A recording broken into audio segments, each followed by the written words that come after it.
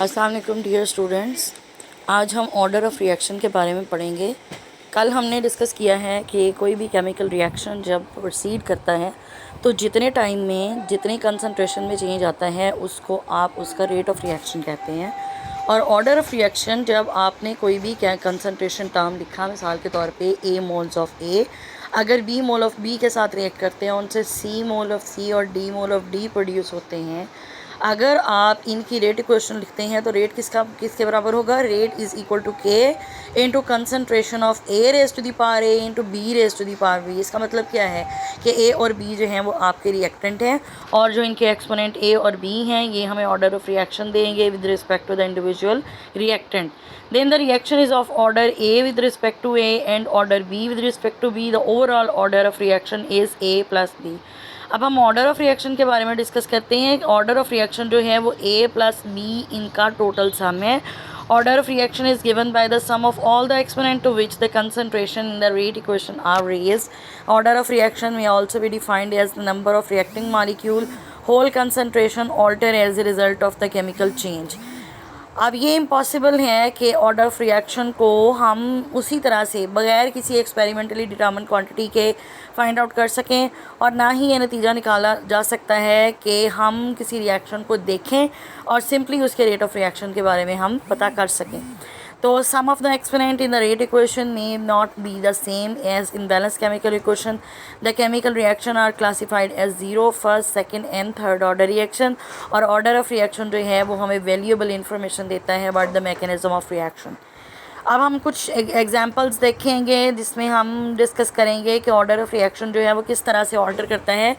अब हम देखेंगे डीकम्पोजिशन ऑफ नाइट्रोजन पेंटॉक्साइड। इसमें ये इन्वॉल्व करता है फॉलोइंग रिएक्शन, जिससे नाइट्रोजन पेंटॉक्साइड है उससे नाइट्रोजन का जब ब्रेक डाउन होता है तो नाइट्रोजन डाई नाइट्रोजन टेट्राऑक्साइड और ऑक्सीजन गैस रिलीज़ होती है। और एक्सपेरिमेंटली डिटर्मिन्ड जो रेट इक्वेशन है इस रिएक्शन के लिए वो है rate is equal to concentration of N2O5 into K. और ये क्वेश्चन सजेस्ट करती है कि रेट ऑफ रिएक्शन जो है वो फर्स्ट ऑर्डर है with respect to the concentration of N2O5। अब हम दूसरी एग्जांपल लेते हैं जिसमें hydrolysis of tertiary butyl chloride है या टर्शरी ब्यूटाइल ब्रोमाइड है। अगर आप इसको मीडिया के अंदर यानी कि वाटर के अंदर सॉल्युबलाइज करते हैं तो उससे जो है वो हाइड्रोजन ब्रोमाइड अलग होता है और इससे अल्कोहल बनती है। तो इसके अंदर जो रेट ऑफ रिएक्शन इन्वॉल्व होता है के into concentration of the reactant. चूँकि इसमें रिएक्शन जो है वो टर्शरी मिथाइल ब्रोमाइड है तो हम कहेंगे कि रेट ऑफ रिएक्शन जो है वो सिंपली कंसनट्रेशन ऑफ रिएक्टेंट पे डिपेंड करता है। The rate of reaction remain effectively independent of the concentration of water because being a solvent it is present in very large excess.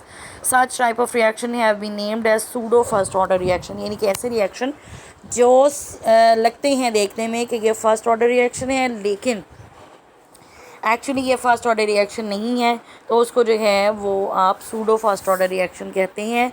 Oxidation of nitrogen oxide with ozone has been shown to be first order with respect to NO and first order with respect to oxygen. अगर आप nitrogen dioxide की formation की बात करते हैं तो NO plus O2 एरोसाइन NO2 plus oxygen, और इसमें चूँकि दो स्टेप्स इन्वॉल्व हैं तो आप इसको रेट इज़ इक्वल टू के कंसनट्रेशन ऑफ NO इंटू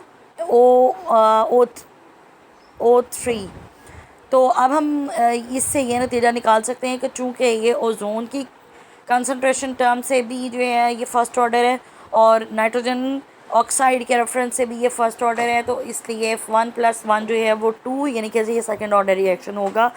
अब हम अगर आयरन क्लोराइड और पोटाशियम के आयोडाइड के आपस में मिलने की एग्जांपल को देखें तो जब आयरन क्लोराइड FeCl3 और पोटाशियम आयोडाइड आपस में मिलते हैं तो इनसे आयरन का आयोडाइड बनता है, KCl बनता है और आयोडीन बनती है। This reaction involve 8 reactant molecule but experimentally it has been found to be third order reaction.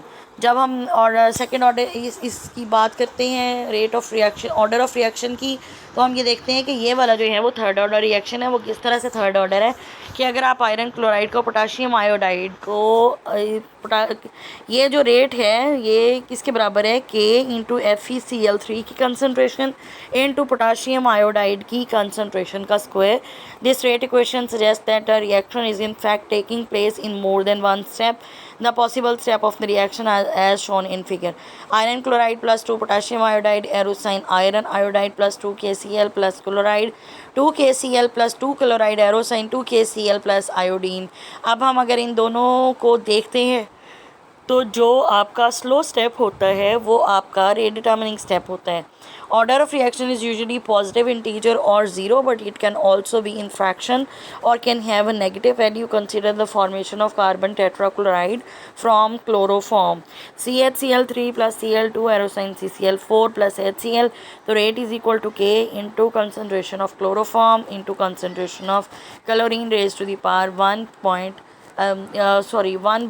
or 0.5. Sum of exponent will be 1 plus 1/2, that is equal to 1.5. So the order of reaction is 1.5. From the above example, it is clear that order of reaction is not necessarily depending upon the coefficient of balance equation. The rate equation is an experimental expression. A reaction is said to be zero order if it is entirely independent of the concentration of reacting molecule. Photochemical reaction are usually zero order reaction. तो अब हम जो है वो हम half life period को